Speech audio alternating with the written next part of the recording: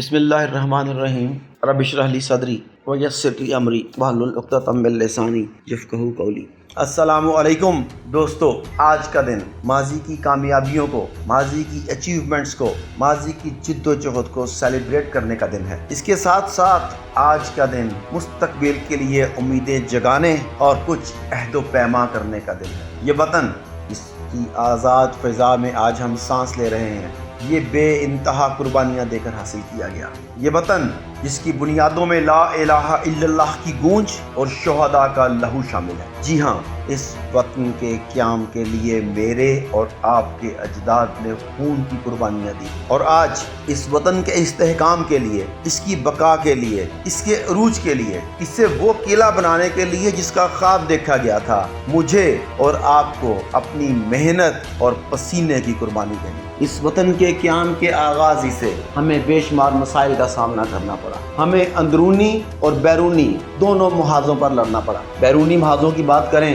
تو 1948 کی جنگ ہو یا 65 کی، 71 کی جنگ ہو یا کارگل کا مارکا ہو، ہم نے بیرونی محاذ پر سینہ تان کر دشمن کا سامنا کیا۔ ہر طرح کے نامساعد حالات میں یہ مملکت، یہ سلطنت، یہ ریاست اپنی بنیادوں پر اور اپنی اساس پر کھڑی رہی۔ دوسری طرف دشمن اس کے ساتھ ساتھ مختلف ڈائمینشنز کے ساتھ ہم پر حملہ کرتا رہا۔ 5th جنریشن وارفیئر چھڑی گئی، ڈس انفو سیلز قائم کیے گئے، جن کے ذریعے ہمیں ہمارے ملک، ہماری ریاست، ہمارے اداروں، ہمارے زعماء، ہمارے رول ماڈل سے ہمیں متنفر کیا گیا۔ دنیا میں معتبر سمجھے جانے والے اداروں کے ذریعے ہمارے خلاف پروپیگنڈا کیا گیا۔ پروپیگنڈے کی کئی قسمیں ہیں، مثلا آپ کو یاد دلاتا چلوں کہ 1965 کی وار اور BBC جیسا ادارہ یہ خبر نشر کر رہا ہے کہ لاہور پر قبضہ ہو گیا ہے۔ کیوں؟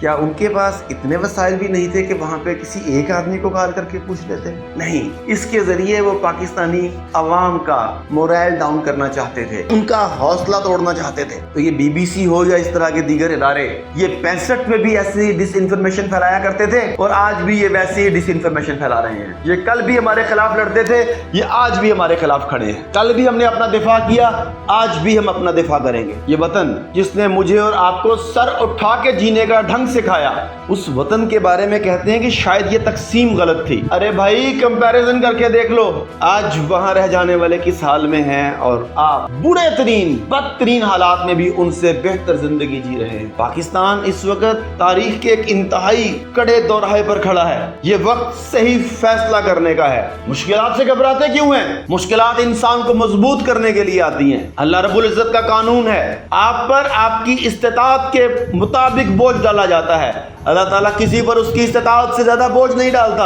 اگر آپ کو اس مشکل وقت میں ڈالا گیا تو اس کا مطلب ہے کہ اس مشکل وقت سے نمٹنے کی صلاحیت بھی آپ میں پیدا کی گئی۔ ہمیں آزمائشوں کی بھٹی سے گزارا جا رہا ہے، ہمارے اعصاب ٹیسٹ کیے جا رہے ہیں، ہمارے مینٹل مسلز کا ٹیسٹ ہو رہا ہے، کیونکہ ہم سے دنیا کی قیادت کروانا مقصود ہے۔ ذرا سوچئے، ایک آدمی اپنے گھر میں بیڈ پر لیٹا رہتا ہے کہ بھی AC چل رہا ہے، نرم بستر ہے، چائے کافی کھانا مجھے بستر پر مل رہا ہے، مجھے کیا ضرورت ہے کہ خود کو مشقت میں ڈالوں؟ جبکہ ایک آدمی وہ سب کا سب آرام و سکون چھوڑتا ہے اور جم جاتا ہے، رننگ کرتا ہے، ویٹ اٹھاتا ہے، اپنے جسم کو مشقتوں میں ڈالتا ہے، جسم توڑ پھوڑ کا شکار ہوتا ہے، مگر وہ پھر بھی لگا رہتا ہے۔ اگلے دن اسے اس سے زیادہ سخت مشکل میں ڈالتا ہے، زیادہ وزن اٹھاتا ہے، زیادہ رننگ کرتا ہے۔ تو آپ مجھے بتائیے، یہ مسلسل مشقت، یہ مسلسل جسم کو، جسم کے اعصاب کو، جسم کے مسلز کو مسلسل مشقت میں ڈالنا اس کے جسم کو کمزور کرے گا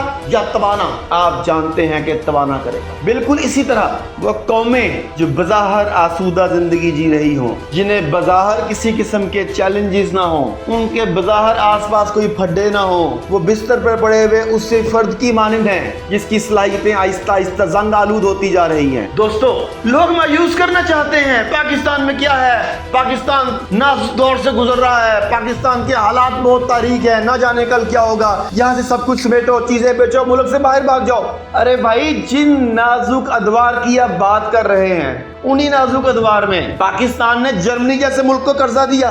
آپ جو کہتے ہیں کہ پاکستان میں ہیلتھ فیسلٹیز نہیں ہیں، ارے بھائی بتاتا چلوں، دنیا کی